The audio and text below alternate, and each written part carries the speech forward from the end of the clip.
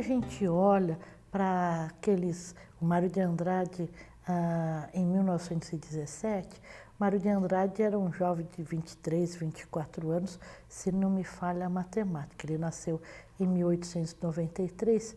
E o que a gente tem em 17 e 18? 17 e 18 é o final da Primeira Guerra, né?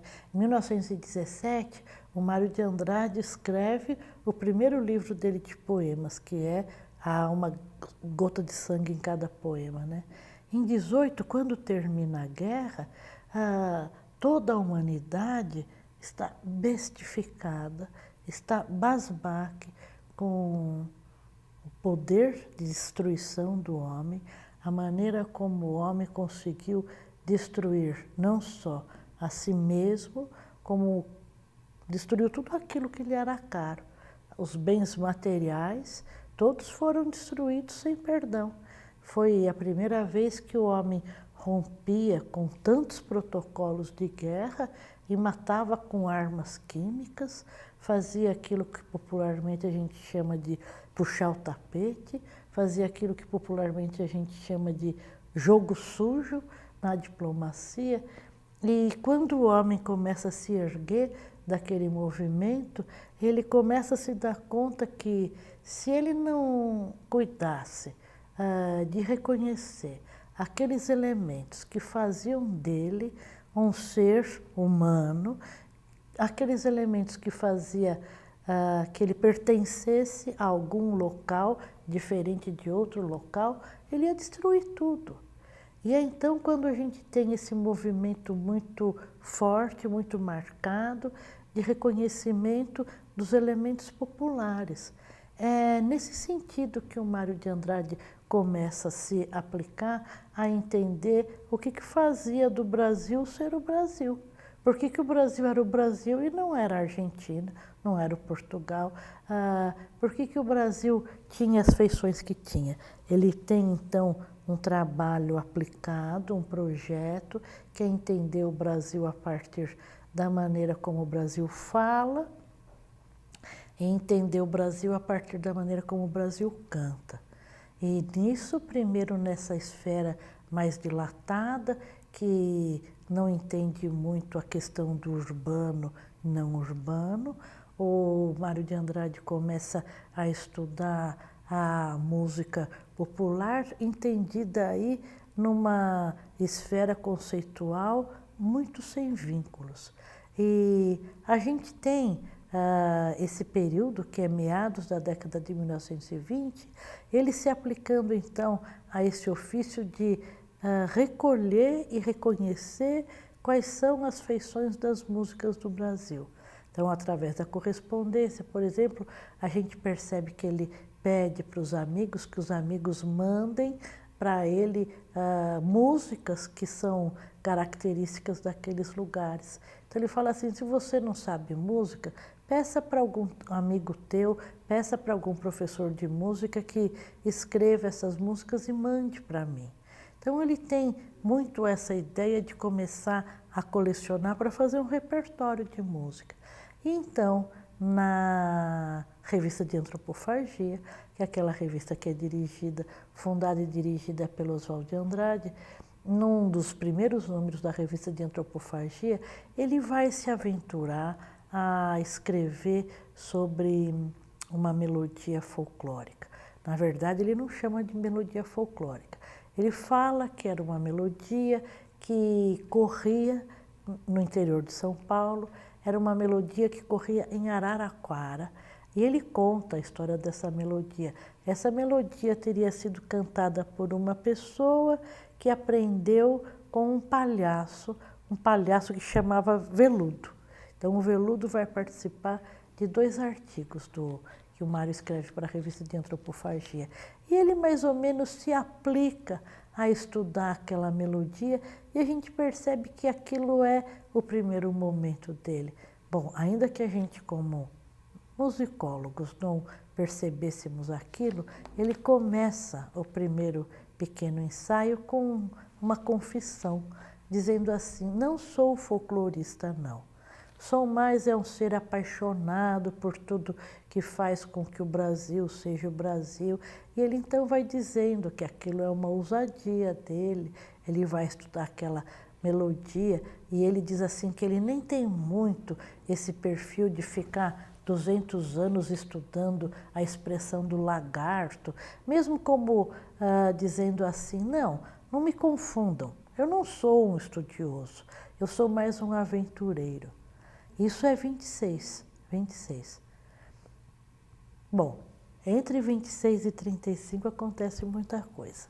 Não dá para falar tudo o que acontece nesse momento entre 26 e 35. Mas, em 35, quando ele está dialogando, quer dizer, respondendo a uma crítica do Souza da Silveira, dizendo que o Mário de Andrade tinha ousado demais na maneira de escrever, na maneira de fazer versos, o Mário, meio que para se defender, vai dizendo para ele assim, que não, que ele acha que a contribuição dele para o Brasil era uma contribuição que ele podia apalpar. Ele dizia assim, não havia crítica de arte no Brasil, a que havia era mais do que porca, fiz crítica de arte.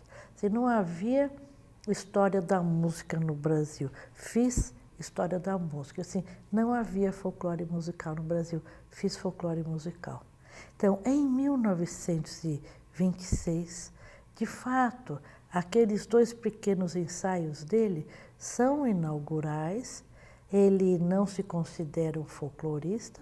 Talvez assim, no pé da letra, ele nem tivesse algum dia chegado a confessar minha profissão é ser folclorista, mas ele sabe, em 35, que o que ele faz em torno da pesquisa para se conhecer a música do norte e do nordeste do Brasil acaba inaugurando uma área de estudos, uma área que não teria existido não fosse aquele momento inicial que ele projeta. Então isso não é uma casualidade, é um projeto dele, né? Assim como ele projeta escrever versos, estudar o português falado pelas pessoas do Brasil, fazer prosa e poesia a partir desta gramática particular, que é a gramática do Brasil.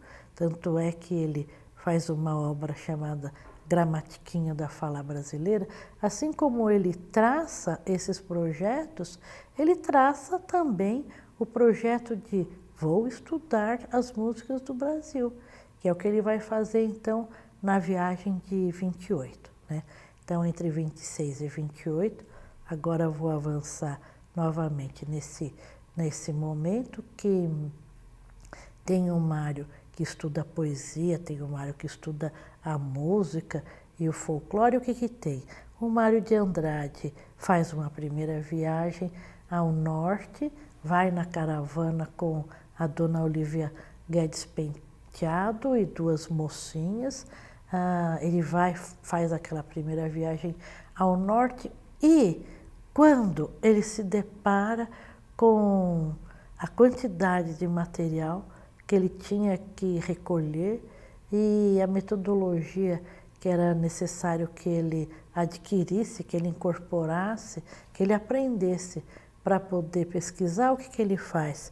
Ele vai fazer uma segunda viagem, aí uma viagem meticulosamente preparada para colher melodias. E daí ele colhe milhares de melodias, e quando ele volta, ele aí vai ficar até 1935, principalmente debulhando aquelas milhares de melodias que ele estudou. Mas interessante porque ele em nenhum momento nesse período de estudos e dedicação, ele se confessa assim, ou ele veste uma roupa, sou folclorista, né? Assim como naquelas fotografias de 1922, você percebe 2 posturas nele, né? O homem que está no conservatório, ao lado daqueles professores bem conservadores, aproveitando para fazer um jogo de palavras, assim como em 1922, ao lado dos rapazes, dos intelectuais das festividades da Semana de Arte Moderna, a gente percebe que ele tem um ar mais à vontade. Ele nunca veste uma roupa para dizer assim, eu sou um folclorista. Apesar da confissão que ele faz para o Enio da Silveira. Quer dizer, a confissão que ele faz, na verdade, é mais um reconhecimento.